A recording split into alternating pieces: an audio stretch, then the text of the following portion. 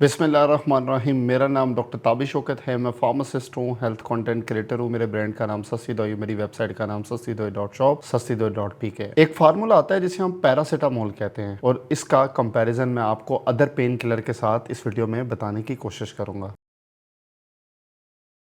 अगर किसी भी तरह की दर्द होती है तो अक्सर लोग एक ही चीज़ का इस्तेमाल करते हैं, उस फार्मूले का नाम है पैरासीटामोल। फार्मेसी में और भी पेन किलर मौजूद होती हैं जिस तरह इब्यूप्रोफेन, एस्पिरिन और नेप्रोक्सन। सवाल ये है, सब पेन किलर सेम तरह से काम करती हैं? मेडिसिन का मैकेनिज्म और रिस्क डिफरेंट होता है। और सबसे इंपॉर्टेंट बात, कौन सी पेन किलर कब यूज करनी चाहिए? फार्माकोलॉजी, मेडिकल रिसर्च और ड्रग हिस्ट्री की रोशनी में ये कंपेयर करने की कोशिश करेंगे पैरासीटामोल, इब्यूप्रोफेन, एस्पिरिन के बारे में, ताकि समझ सकें बॉडी में असल फर्क क्या है। तो आपको ये जानने की जरूरत है कि दर्द बॉडी में होता कैसे है। दर्द असल में एक बायोलॉजिकल सिग्नल होता है। जब बॉडी में इंजरी या इन्फ्लेमेशन होती है तो सेल प्रोस्टाग्लैंडिन नाम का केमिकल रिलीज करते हैं। ये केमिकल पेन सिग्नल को ब्रेन तक भेजते हैं, इन्फ्लेमेशन को एक्टिवेट करते हैं और फीवर को ट्रिगर करने की कोशिश करते हैं। इसलिए ज्यादातर पेन किलर का काम होता है प्रोस्टाग्लैंडिन को ब्लॉक करना, लेकिन हर ड्रग डिफरेंट तरीके से काम करती है। पैरासीटामोल क्या है? पैरासीटामोल, जिसका दूसरा नाम एसिटामिनोफेन है, दुनिया में सबसे ज्यादा यूज होने वाली पेन किलर मेडिसिन समझी जाती है। इसे मेनली यूज किया जाता है जिस्म के दर्द में, बुखार में, माइल्ड टू मॉडरेट तरह की दर्द हो। फार्माकोलॉजी के मुताबिक पैरासीटामोल सेंट्रल नर्वस सिस्टम में प्रोस्टाग्लैंडिन प्रोडक्शन को रिड्यूस करता है, यानी ब्रेन के अंदर पेन सिग्नल को कम करता है। इस वजह से पैरासीटामोल पेन कम करता है, फीवर कम करता है, लेकिन स्ट्रॉन्ग एंटी इंफ्लेमेटरी इफेक्ट नहीं देता। इसलिए मसल इंजरी या आर्थराइटिस में ये कम इफेक्टिव होता है। और फिर इब्यूप्रोफेन का मैकेनिज्म क्या होता है? इब्यूप्रोफेन एक एनसेड क्लास से बिलोंग करती है, जिसका मतलब होता है non steroidal anti inflammatory drug. Ibuprofen body में कॉक्स एंजाइम को ब्लॉक करता है। ये एंजाइम प्रोस्टाग्लैंडिन बनाने के लिए जरूरी होता है। इससे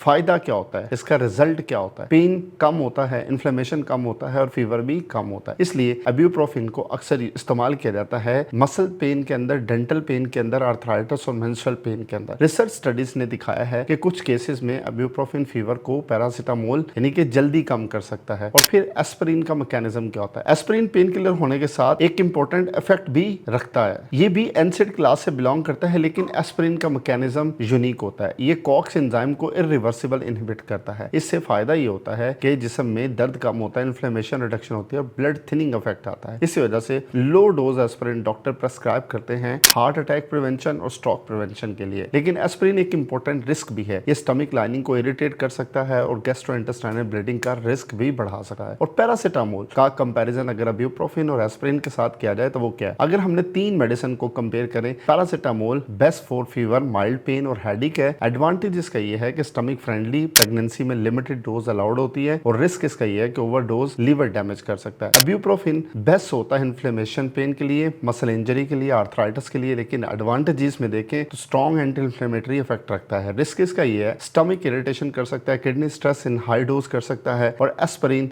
बेस्ट है इन्फ्लेमेशन, कार्डियोवास्कुलर प्रिवेंशन के लिए। एडवांटेजेस में ब्लड थिनिंग इफेक्ट इसका आता है और रिस्क में स्टमक अल्सर कर सकता है, ब्लीडिंग रिस्क को बढ़ा सकता है। History of this pain killer की हिस्ट्री भी काफी इंटरेस्टिंग है। एस्पिरिन का ओरिजिन 19th सेंचुरी में हुआ जब साइंटिस्ट ने विलो, एक ट्री होता है जिसका नाम है विलो, बार्क से सैलिसिलिक एसिड डेवलप किया। 1897 में बायर कंपनी ने एस्पिरिन को फार्मास्यूटिकल ड्रग के तौर पर इंट्रोड्यूस करवाया। पैरासीटामोल डिस्कवरी भी लेट 1800 में हुई, लेकिन ये वाइडली यूज होना 1950 के बाद शुरू हुआ जब इसे सेफर अल्टरनेटिव माना गया। इब्यूप्रोफेन 1960 में डेवलप हुई, जिसे आर्थराइटिस पेन के अंदर ज्यादा बेहतर रिजल्ट के तौर पर माना गया। आज ये तीन मेडिसिन दुनिया भर में मोस्ट कॉमनली ओटीसी में इस्तेमाल होती है। इंपॉर्टेंट सेफ्टी वार्निंग क्या है, ये समझना बहुत ज्यादा जरूरी है। पेन किलर सेफ तब ही होते हैं जब करेक्ट डोज के अंदर इसे इस्तेमाल किया जाए। मिसाल के तौर पर पैरासीटामोल ओवरडोज दुनिया भर में लिवर फेलियर की मेजर वजह बन रही है, इसलिए रिकमेंडेड डोज से ज्यादा यूज करना डेंजरस हो सकता है। और अगर किसी को liver disease, kidney problem, stomach ulcer है तो पेन किलर यूज करने से पहले अपने डॉक्टर से कंसल्ट लाजमी कर लें। और फाइनल इसका जो नतीजा अखज है वो ये है कि पैरासीटामोल, इब्यूप्रोफेन और एस्पिरिन तीनों पेन किलर हैं, लेकिन उनका मैकेनिज्म और रिस्क प्रोफाइल डिफरेंट होता है। पैरासीटामोल बेस्ट है बुखार के लिए और माइल्ड पेन के लिए, इब्यूप्रोफेन बेस्ट है इन्फ्लेमेशन के लिए और एस्पिरिन जो है वो पेन किलर होने के साथ साथ हार्ट प्रॉब्लम भी सॉल्व कर रही है। इसलिए मेडिसिन चूज करते वक्त पेन नहीं, बॉडी कंडीशन भी ज्यादा इंपॉर्टेंट होती है। शुक्रिया, अल्लाह हाफिज।